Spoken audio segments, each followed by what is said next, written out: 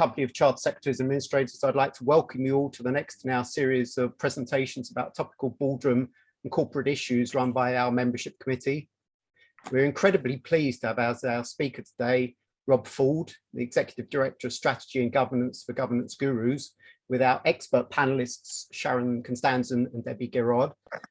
Rob will speak for about 20 minutes and thereafter will facilitate a panel discussion on a very topical issue, the curse of corporate culture. Questions will of course be most welcome as with your participation. Please use the chat facility if you'd like to say something and we'll make sure we get to you. We're also going to be filming this in a minute, so if anyone would prefer not to be on film, you can turn off your cameras, and but it will be available on our YouTube channel thereafter. Please keep your mics down if you can while we're speaking, because it makes things easier for everything. But if not, I should like to hand you over to the chairman of our membership committee, Sharon Constanzen, to open the proceedings. I'm not quite sure whether I should say good morning, good day, lunchtime, afternoon, evening. I think we've got people from a few parts of the globe today joining us. I am Sharon Constanzen, the chairman of the membership committee and on the court of the Worshipful Company of Company Secretaries. It's lovely to see people I recognize, people I've known for a long time that I haven't seen for ages, who have joined us here today from all over the globe. So welcome. The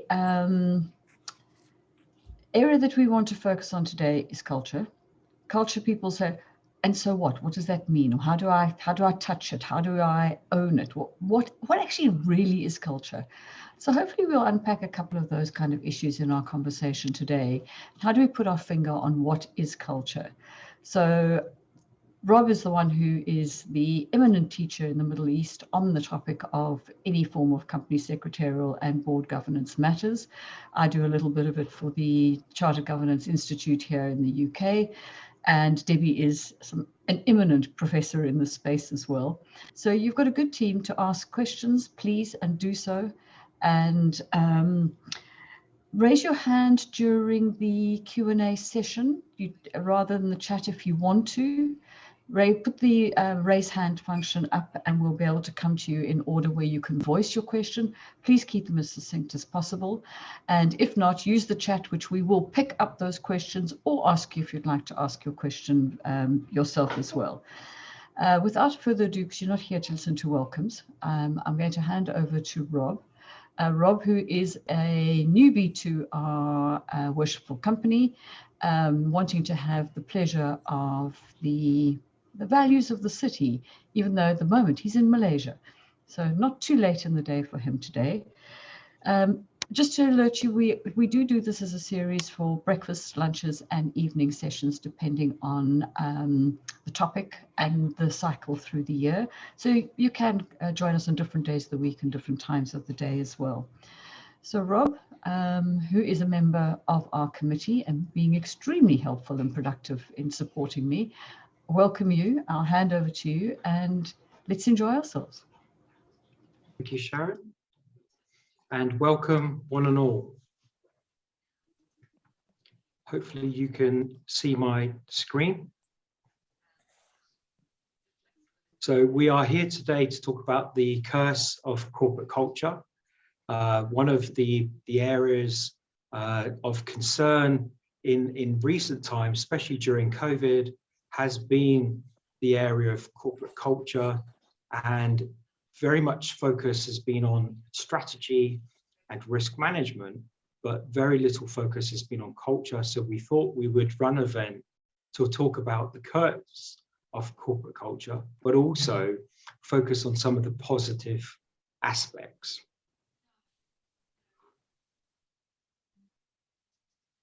And so love it or hate it, corporate culture is part of everyday organization.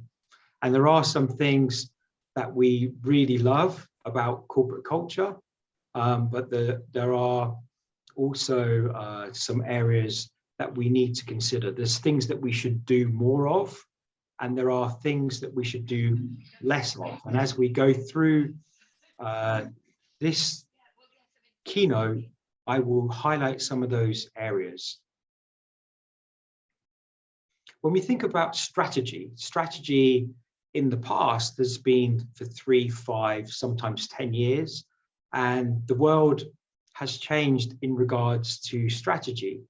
COVID-19 has shown us that there is a concern for risk management and emerging risks, and for us to consider things on an ongoing basis.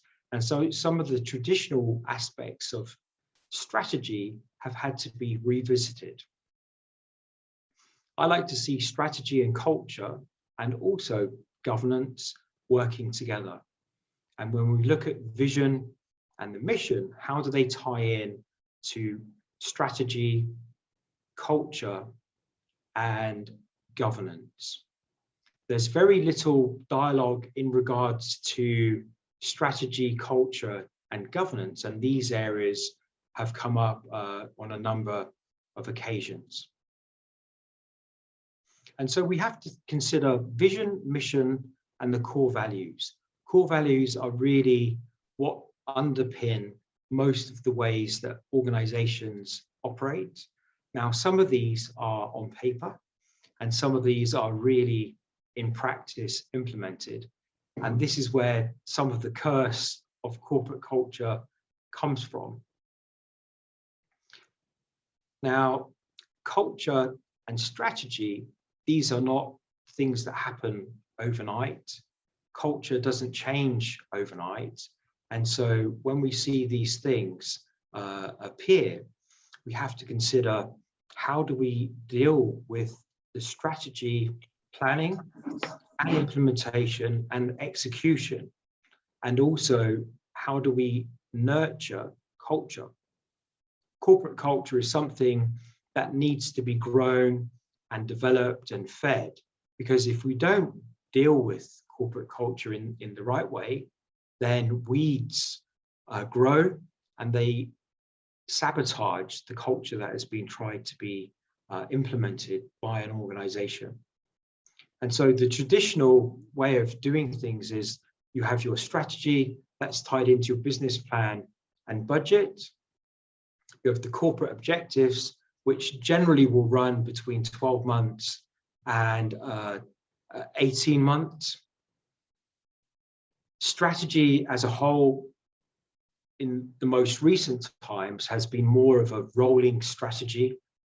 People form strategies that are maybe 3 years or potentially 5 years. If we look at countries and governments, they form strategies that are 10 years, sometimes 20 years or 30 years in advance, because they have to look at the areas of where they are focusing on.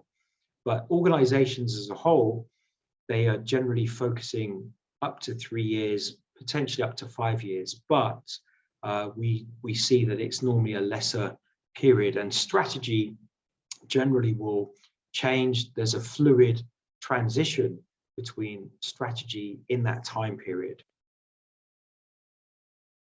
So culture, really, we have to focus on what's rewarded and the punishments that are levied in regards to the corporate objectives. How are they achieved?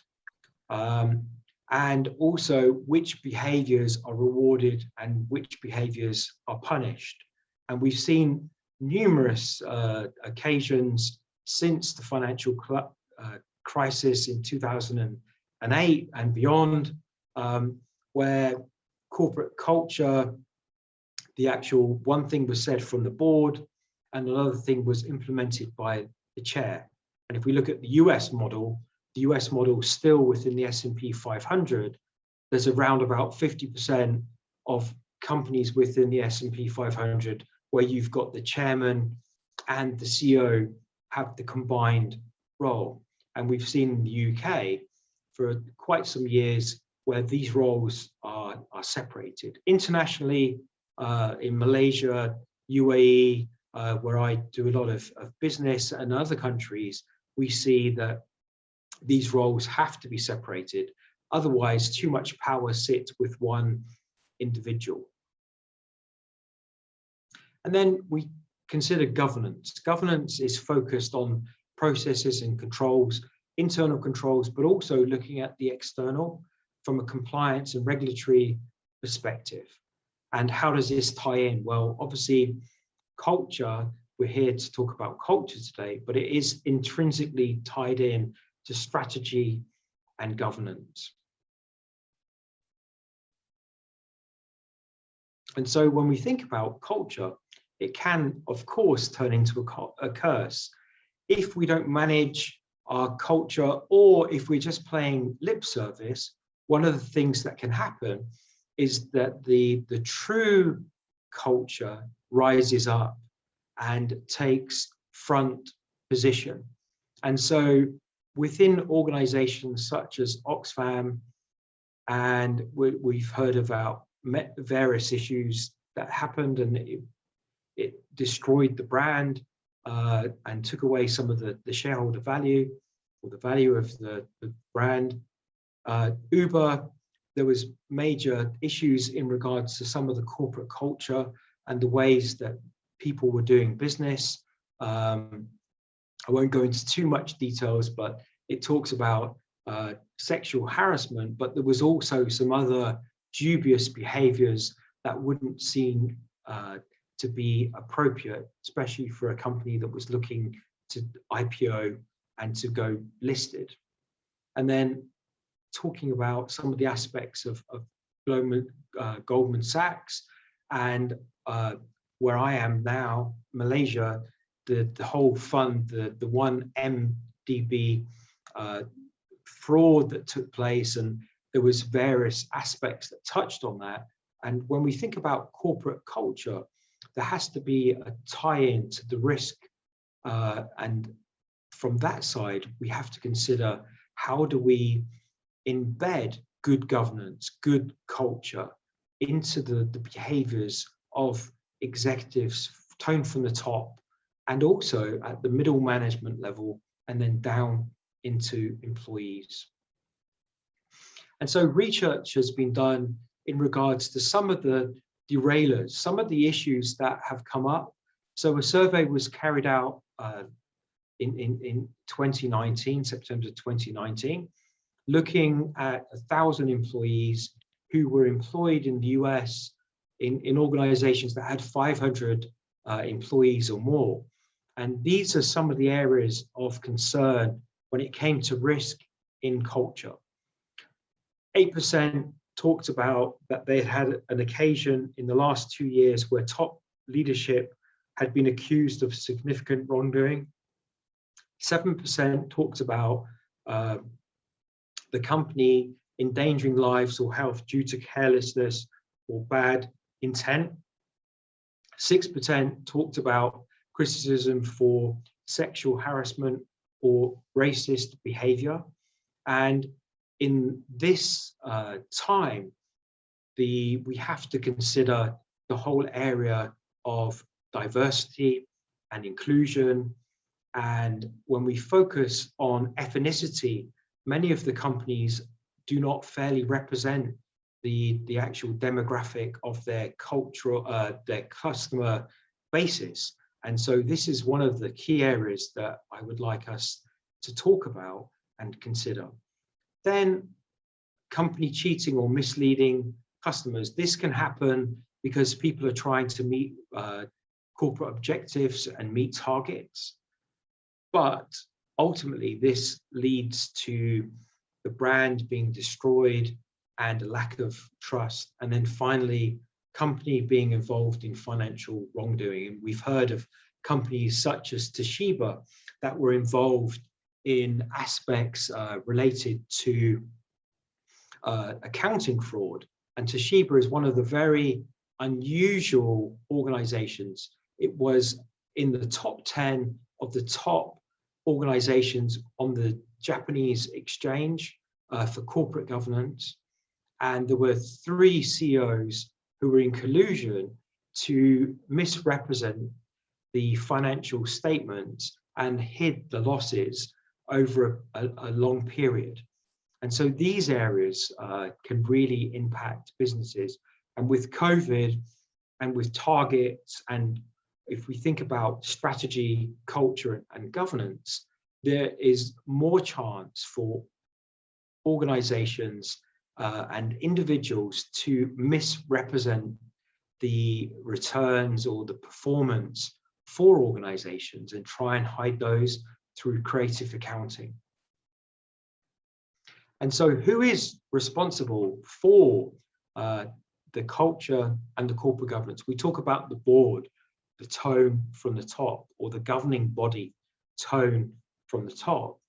But ultimately, it's not the independent directors and the non-executive directors that are implementing cultural changes or governance frameworks. It is the executive directors, those directors and the C-suite who are on a day-to-day basis managing the organization and looking about how they go about creating the right internal controls, setting the right tone, and from the cultural aspects. Now, saying and doing, walking the talk or talking the walk is very important. Just because we give out a memo or we send an email or we have a town hall meeting and talk about our values and our core focus areas, it doesn't mean that people will follow these if they see people from the top of the organization doing something completely different.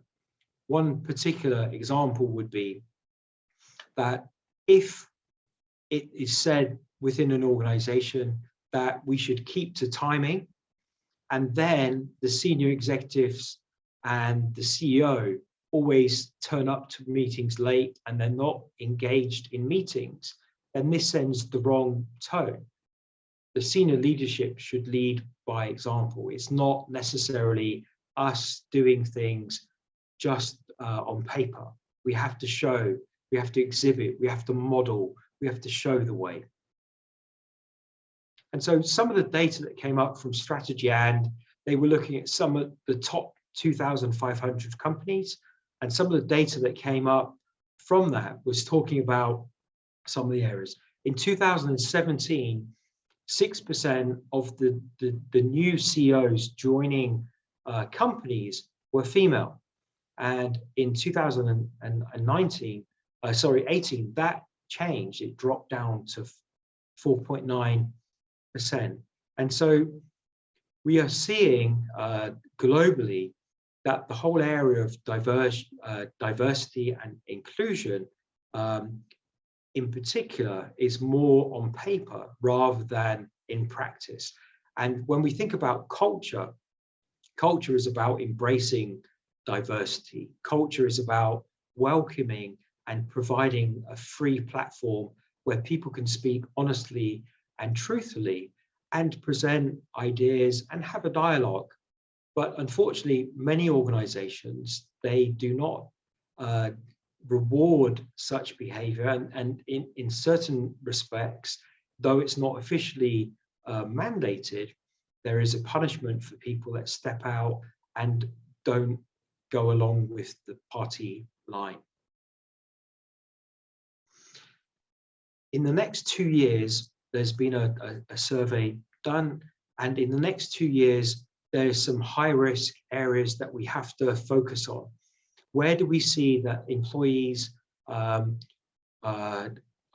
seeing potential risks in culture? Culture crises have happened in the past, and many employees have highlighted and raised concerns that there are going to be additional cultural crises in the next year or 2 years. With COVID, we will see a number of these come up. We've seen businesses fail. We've seen organizations on the brink of financial collapse and doing anything to survive. And if we think about it, 28% of employees strongly agree that their employers' values and actions are aligned. Now, 28%, that's a very small percentage. That means that there are 72% of employees that do not believe that their organization values and actions are aligned within the organization. And that's in a US study, but I'm sure this would resonate in the UK. And so the whole area of strategy, culture, and governance, there needs to be an alignment to those. That brings me almost to a close today. If you would like to get in touch or have anything to add in regards to some of the things that we will speak about today, please feel free to reach out to me. If you would like to be involved and get in touch, you can scan the QR code and you can get access to our newsletter. I would like to leave you with one point. 1 + 1 = 5. Now, you may think that I've lost my mind, but I can assure you I haven't. 1 + 1 = 5. How does that work? Well, when we think about 1 + 1 = 5, this relates to governance. And people think governance is a very theoretical aspect, but no, it's a dynamic and applied theory that needs to be considered. So 1 + 1, good governance plus good culture = 5. How does this relate? Well, number one, we have a feeling of shared purpose. Number two, there is more employee engagement. Number three, there is a bigger focus on the customer and keeping them satisfied. Number four, internally, there's a collaboration towards excellence. And number five, there's the enhancement of performance and profits. And that's why 1 + 1 = 5.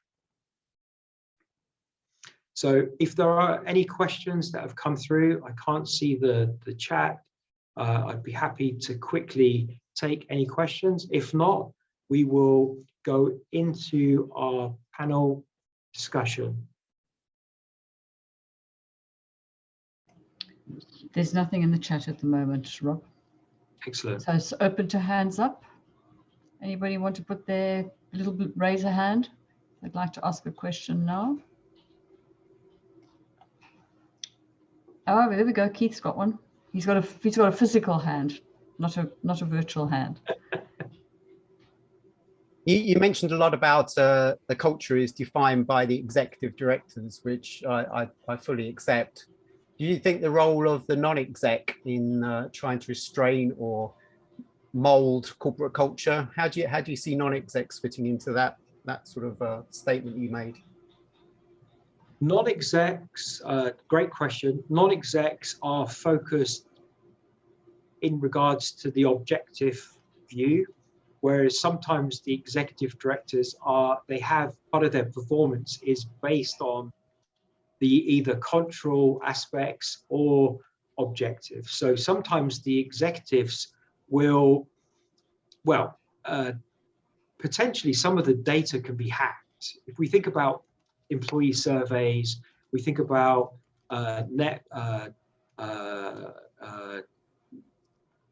customer performance and those aspects, those areas can be tweaked. If we use certain questions and then we apply those questions, we can get answers that look more favorable or less favorable.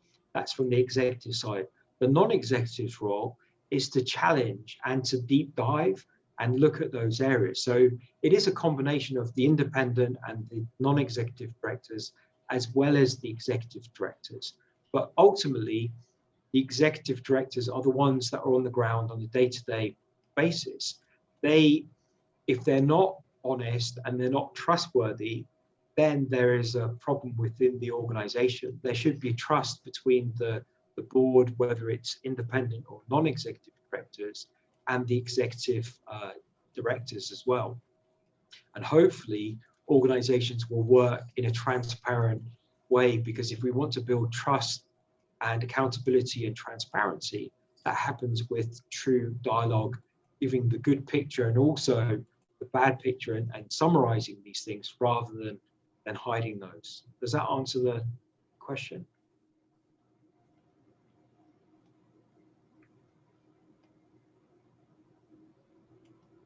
Yeah, no, I fully accept that. I mean, I've worked with executives who display some very poor behaviors, you know, when things get tough, they might turn into bullies and all sorts of things. I mean, those are the things which are manifest and which drive behaviors through others. But as you say, I think the non-execs have the opportunity to see data which can show that the execs are slightly out of control. And it's a question of how much challenge they make. But yeah, no, I fully accept what you said. Thank you. You've got hands up from Christina and Les Smith.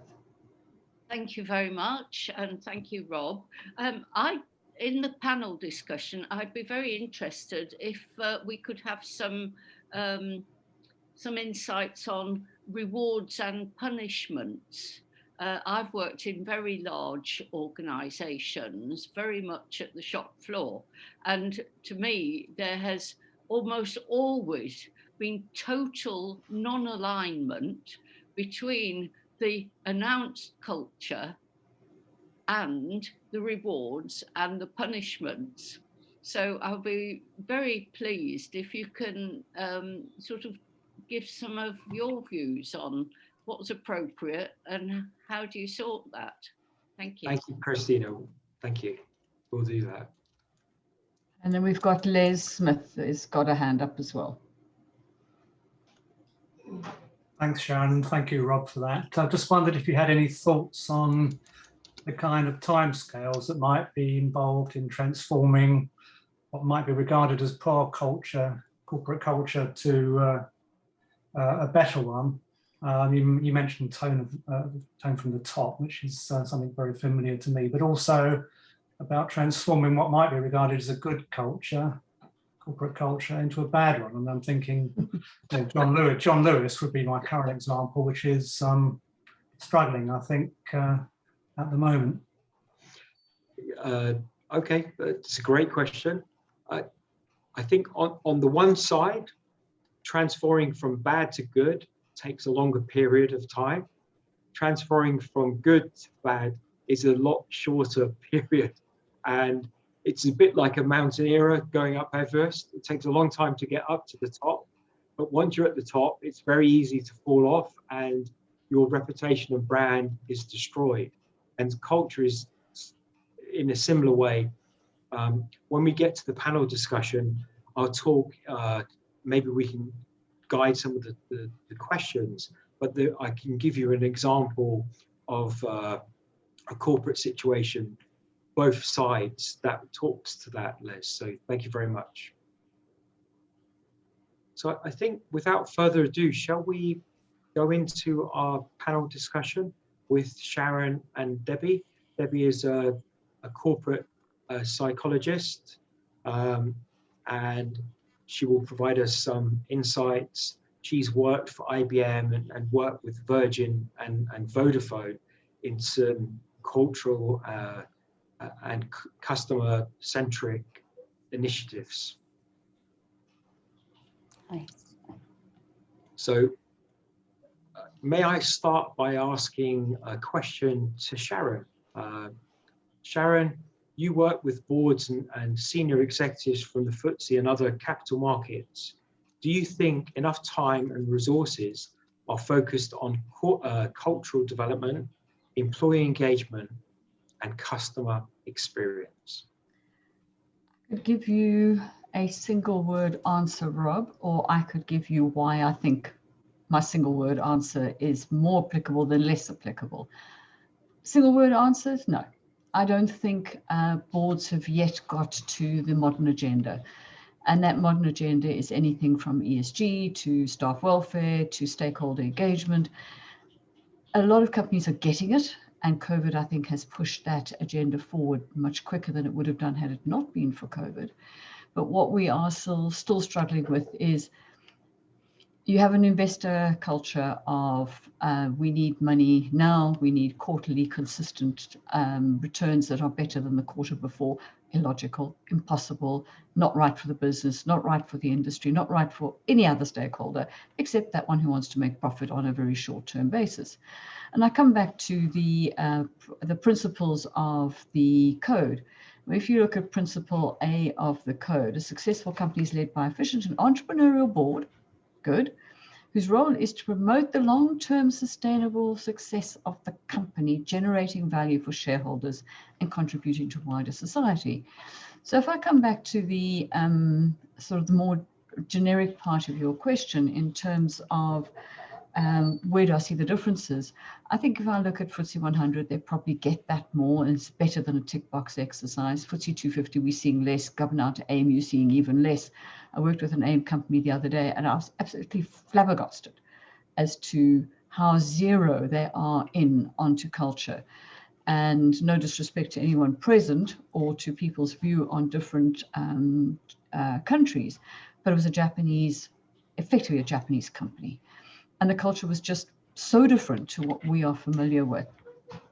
I think the problem we've got is leaders find the word culture difficult because they can't pin it to a definition that they can work with. They can't tick a box. They can't create a box, put it inside and say, okay, there's my culture.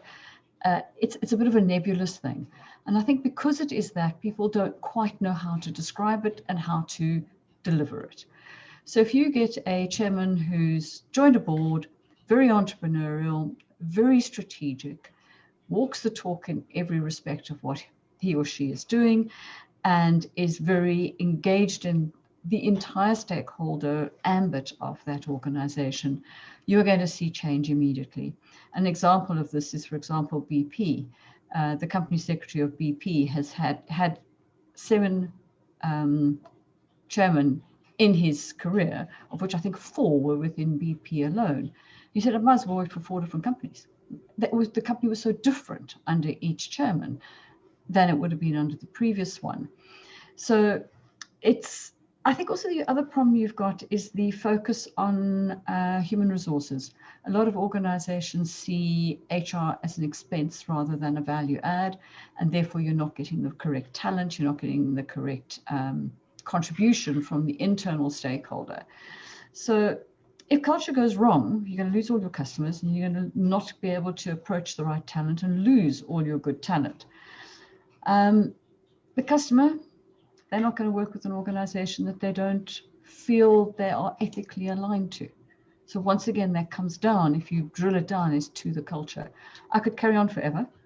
I'm going to stop at that point, give other people a chance, but there's other questions where I can bring in other issues that might be important as well. I'm sure. Debbie, one of the questions that maybe you could consider, organizations sometimes ask how we can effectively measure our culture or employee engagement. I know you've worked with an award-winning tool called MRI. Could you tell us more about it? Yes, certainly. And I'll just add a little bit to what Sharon was saying there as well around describing and delivering. It's back to your question there, Robert, too, about we have got a way of measuring it, and it's very difficult for organizations and CEOs to catch it and make it tangible, and then maybe put those sorts of things within the KPIs. It's much easier to measure a hard thing. So a lot of people tend to avoid it. And also, I mean, the CEO's got a day job to do. To add culture on top of that is massive. So what we've found, particularly using the MRI, is that they find someone maybe on a succession planning who wants to be the next CEO, who is responsible for culture, who reports directly into the CEO, who takes that weight off their shoulders. But absolutely, like you were saying earlier about modeling behaviors, has to be led from the top. So yeah, thanks, Rob. Yeah, so I mean, it goes back to that quote, what gets measured gets done, isn't it? And we've got to find some tangible way of measuring it. And the reason I work with the MRI is because it's got some fantastic measures that are specifically related to outcomes, financial outcomes, innovation, growth, et cetera, et cetera. So we talk about how... Sorry, you sent through... oh yes, a slide. Are you able to share? Brilliant, lovely. I've got that. I don't know if it's come up on the screen, but it has. Yeah. It has. That's fantastic. Thank you. So just to give you a bit of detail, we're talking about a customer-obsessed culture, which is a journey. And what the MRI does is it enables you to understand where you are now and to work out where you want to be in the future. and it enables all of your employees to know how they can deliver that customer experience. And then we can also benchmark it against other organizations who are customer centric. So there's 8 measures. The blue ones are the internal measures, and we've spoken quite a lot already about alignment. And it's absolutely key that everybody understands what's going on, what the values are. And if the change comes along, they understand very quickly what that change is. Collaboration, absolutely key to get out of silos. And empowerment, people need to feel empowered. And we can measure the customer aspects, competitive aspects, and for those of you who know Pestle or Steeple, actually what's happening on in the environment, like COVID's an example. And then, thank you, Rob, there's a summary of the benefits of a customer-centric culture. So the internal factors, particularly strategic alignment and cross-functional collaboration, impact all of those measures, whether it's customer satisfaction, innovation, growth, profitability. Those are the benefits of it, and we can measure it. So what gets measured gets changed. Maybe you could speak to the point that Christina raised regarding some of the rewards and benefits, yes, and whether or not they truly do get, is it just 2 systems? The people at the top, the executives, no matter what they do, as long as performance happens, they get their bonus, and the people on the ground, if there is a problem, they get blamed, they become the scapegoat. I don't know if that's the case that you've seen with the organizations where you have operated. Well, obviously that does happen, but I think the reward and punishment is impacting all stakeholders. So whether it's your employees or your customers or your partners or whatever. And just to touch on, the hierarchy of needs, different people want different types of rewards. They want to be rewarded in a different way, just a thank you or an acknowledgement, or to feel part of, or to be included. You've spoken about inclusion here. Just to be included and respected and valued is a reward enough. And depending on the kind of hierarchical organization you have, if they work on carrot and stick and punishment, it's not a very effective way of doing it. Education and understanding and caring enough about what your employees or customers are doing to find out what's going on, rather than just responding with a punishment. It's not particularly effective. But Christina, it's a very big subject, so I'm not sure whether that's going to have touched on your question. Well, thank you. Yes, but I've had it said to me so often. We don't want to be thanked. We want something to change. I'm afraid there's a lot too much nodding in those directions. And who do you promote? Who gets the bonus? Who gets the reprimand? These are real on the ground, tangible things that I'm afraid, just get ignored. Right. So and that's absolutely key question, because there's nothing more frustrating than being asked for your involvement and to be included, and then not actually to be followed up in any way, or to then create systems that include whatever you've been giving the feedback on. So it's even more frustrating. Most people would say, I'd rather they hadn't asked me in the first place. True. Because it becomes, people get even more upset about it. So, fundamentally, if there's some care in the organization and from the leadership, then they'll care enough to understand how you're motivated and to respond accordingly, even with just enough respect to respond to say, thank you, we've appreciated, we've heard that, this is what we're going to do next. And so when I worked in Virgin, for example, if someone came up with an idea, then they would be given the responsibility to and empowerment to take that forward. Thank you, Debbie. Okay. Sharon. There are some questions, but I suggest we go through your question next before we pick up the others. So everybody, Fiona, I can see you've got one, and there's some on the chat line. But let's leave Rob to ask his next 1 or 2 questions, and then we'll pick those up. COVID-19 has changed the way many companies operate. One of the biggest shifts for employers is the employees working from home, or employees working between the office and home in a hybrid model. What leadership style might be adopted to manage virtual and semi-virtual teams? It's an interesting one. I've been doing my research, and this is very high level. It's just the companies that I've been involved in, people who are customers of mine, people I engage with. And I'd like to ask the question, are you going back to work? And a company I was talking to yesterday, I could see he was in the office, and he said, yes, been here right from the beginning. I think I spent 1 week in total where we weren't in the office. Some of the team had to be in the office. They weren't able to work from home physically, broadband connections, such the things. So they felt that the senior management should take the risks and come into work. But he said there were teams that were working from, there's one particular team in the finance department that was high levels of churn, high levels of absenteeism, high levels of unhappy well-being. This is long before COVID. They're all now working from home. And he says the productivity out of every single staff member in that department has gone from well below average to exceptional. That team, he says, we're never bringing them back. Under any circumstances, they're not coming back because they work better because of their demographics, the job, the nature of what they have to do, the kind of age group they're in, and what are the things they need to balance in their lives. So I think it goes back to the issue of, is the organization very hierarchical? So talking about an organization that's sort of related to the insurance industry, financial services, very hierarchical in nature, young, inexperienced management who want to grab it, they want to control it, they want everyone in the office.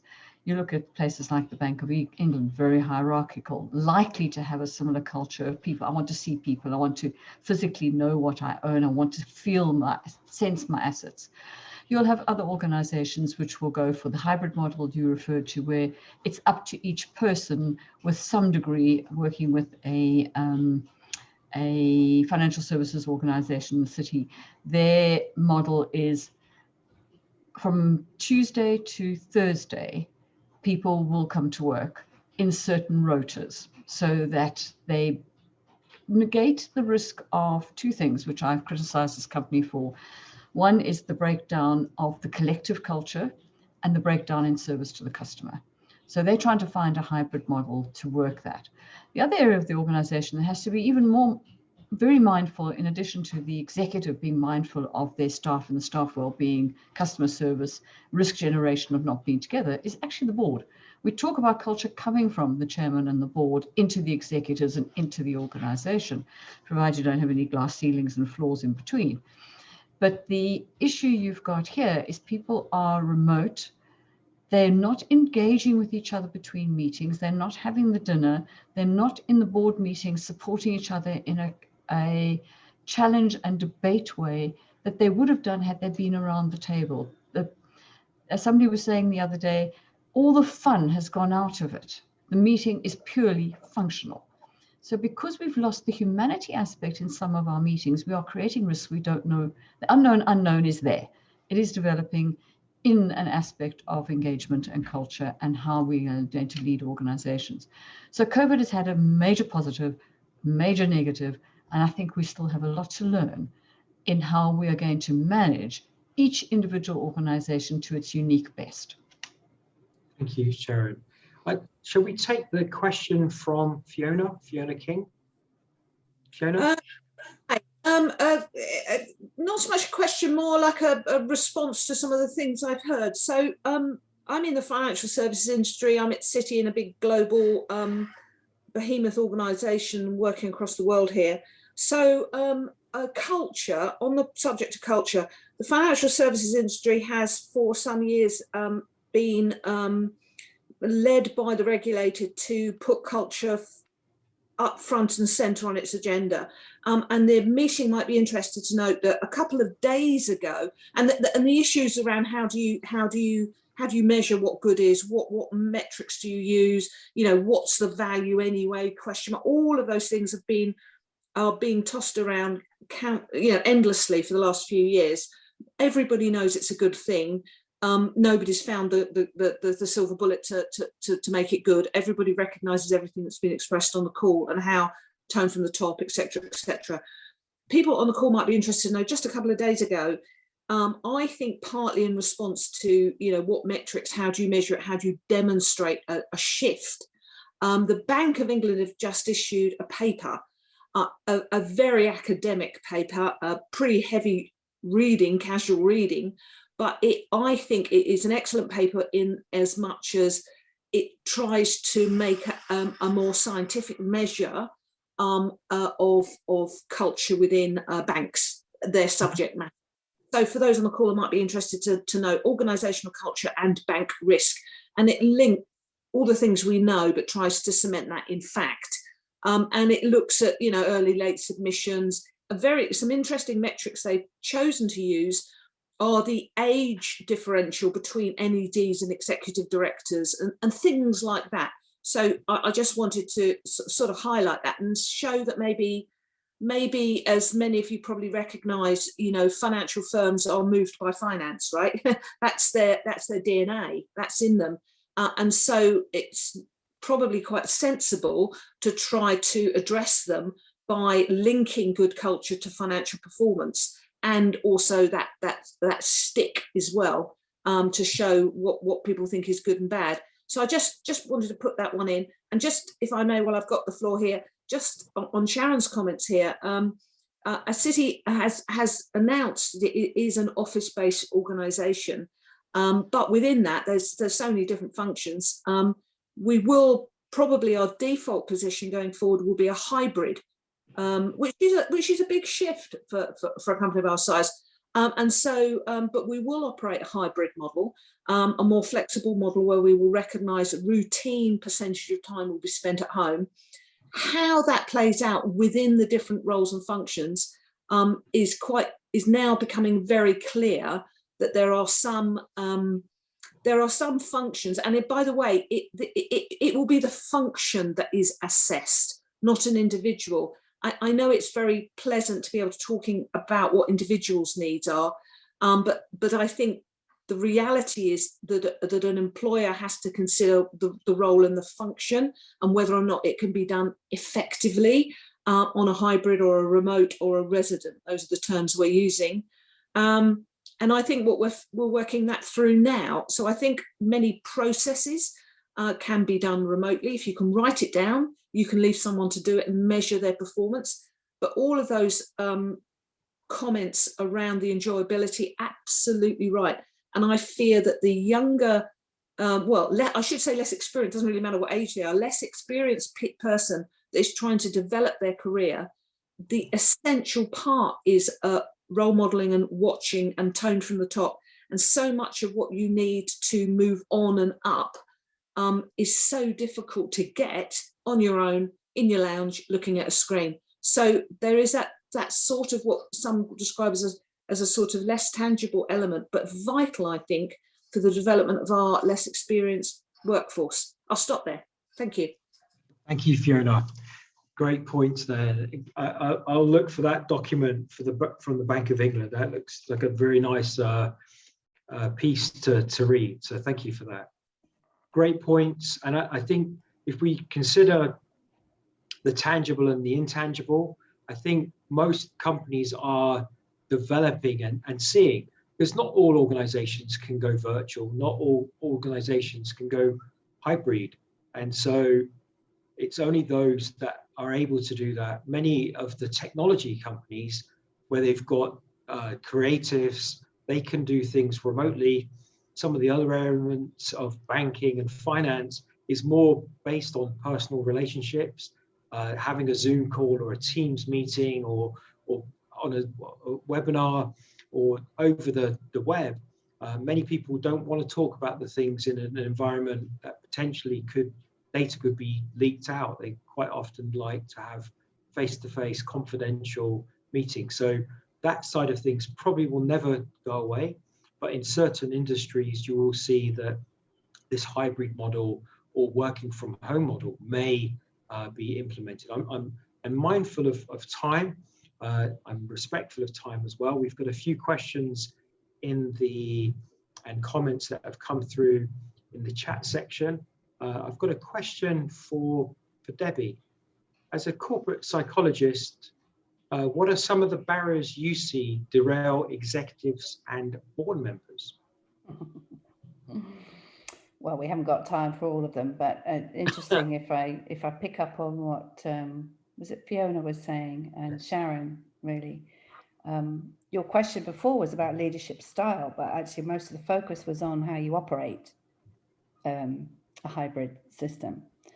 And I think the main answer to your question that you've just asked me here is really about listening and empathy, which would have a massive impact,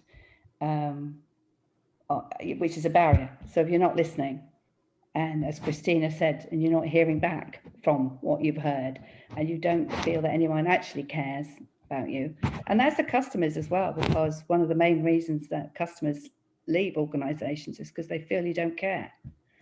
So, so not caring would be a massive barrier. And I think also, well, as you mentioned there, Rob, about technology and digital transformation. We work a lot with digital transformation, and most leaders think that actually digital transformation is about technology. But actually, if you haven't got the people, you haven't got the technology, it doesn't really make a difference. So you've got to get the right balance, and you've got to sort out the behavior changes around whatever those changes are going to be. And then I think another barrier is that people don't understand how humans work and how the brain works. So, you know, how do we get over our cognitive bias and our cognitive dissonance and get into critical thinking? How do we use design thinking and systems thinking in order to get to the best place that we possibly can with all of these problems and issues that are coming up daily, and we don't have the answers? So how can we quickly listen to people and come up with some ideas?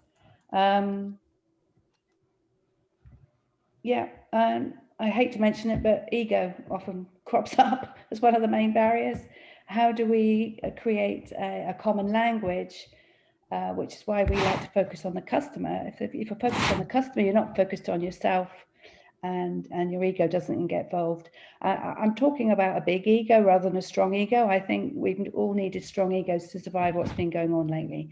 But it's how if we focus, say, for example, on the customer, on the employee, then we're much more likely to get a positive result financially, and also in terms of happiness that was mentioned earlier on as well. I think with COVID, it's really brought to mind that organizations and individuals need to be resilient.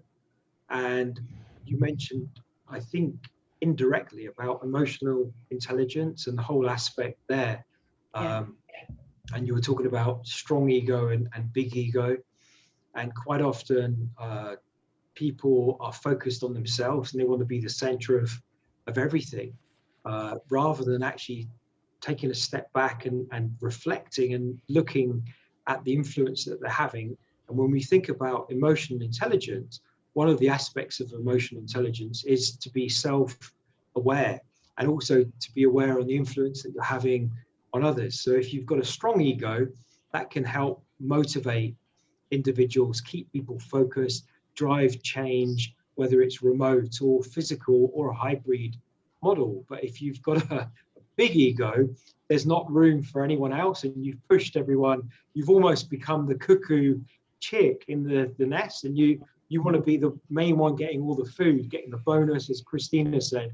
I want to be the CEO with my mouth open all the time. I want to get paid. I want to get the bonus. I want to get the reward. I want to get the recognition. But I push all of the chicks out of the nest, and I'm the only one left. And that's not a sustainable model. And so I think it's very important that we have a strong, resilient appreciation and awareness of ourselves, but also the impact that we're having on others. And there's a lot of pressure right now. And when we think about culture and the curse of corporate culture, if culture is not managed in the right way, then it will take over like poison ivy or weeds within your garden. You have to manage and cultivate and hack down and remove and treat on a day, week and month basis. Debbie. I just think it's interesting, you know, we think about resilience as bouncing back, but actually we work with bouncing forward. And so how we can learn by it and actually, you know, move forward and become more sustainable. And we have to, because we sink or die. So there's a whole load of stuff that we could be talking about how to increase our resilience, but fundamentally, as you say, emotional intelligence, and fundamentally, if all you do is listen, and I'm talking about listening with empathy, and people talk about empathy, and for me, empathy is not walking in someone else's shoes. It's taking your own shoes off first before you walk in their shoes. Rob, there is a question from Andy Crow. There was one from Larry Taylor, but he's had to drop off. Do you want to see? I see Andy Crow is still with us. Andy, do you want to voice your question yourself? There we go. Thank you, Sharon. Yes, it was really picking up on the point you made about different national cultures. And I wondered what thoughts you had on how you reconcile very different national cultures within one organization, particularly when you're dealing in the host country rather than the parental home country of a multinational, for example. Andy, both you and I have different accents to the average number of people present in this one. So we know the challenges that this brings to us on an ongoing basis. I had a meeting on Wednesday and I had 6 governments present on the board from all over the place. From using bad language, the way the English would be horrified at that comment, or were horrified, to those that are as blunt as a hammer, to others that are so polite that they don't even open their mouth. And you see how these different cultures play. And I think the important part there, Andy, is the quality of the leadership through the chair, creation of a safe place and a culture of openness, honesty, and transparency that the leader creates inside that boardroom, inside that executive committee, within the organization. Those are the things that are going to embed the right cultures into the organization, where everyone is, as I said, the clue is in inclusivity. So if we include people and we consider our differences as being quality and added value, and they're not so diverse that they are actually derailing things, I think we can work together. So if we've got multiple diversities of one, the collective works very well.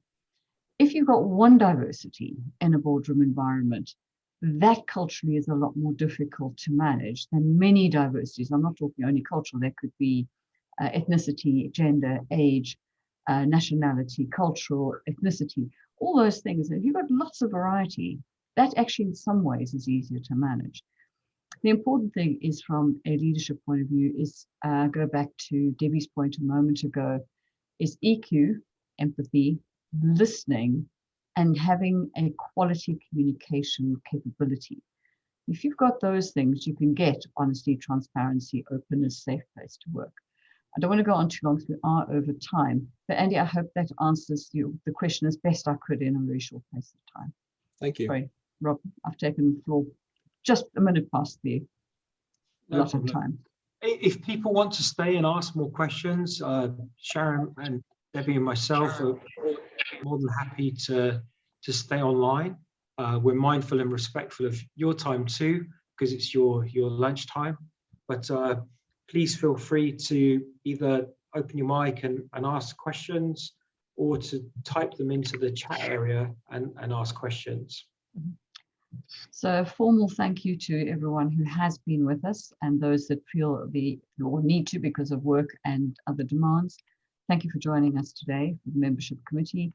We have an event on the 13th of May is our next one, just around the corner, and look forward to seeing all of you to either stay on or at the next event if you need to drop off. Thank you very much. And to the clerk's office, Karen and Keith are both on board with us at the moment, who without them, these kind of things would not see the light of day. So thank you very much. And to Rob, magic event, thank you.